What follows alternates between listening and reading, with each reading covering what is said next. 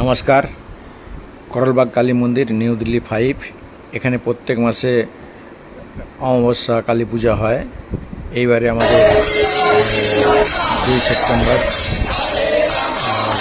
কৌশিকী অমাবস্যা পূজা ছিল। আমাদের এখানে নাম সংকীর্তন,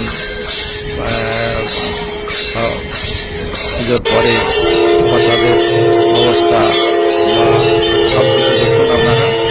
খুব সুন্দরভাবে এখানে করলবাগ কালী মন্দির।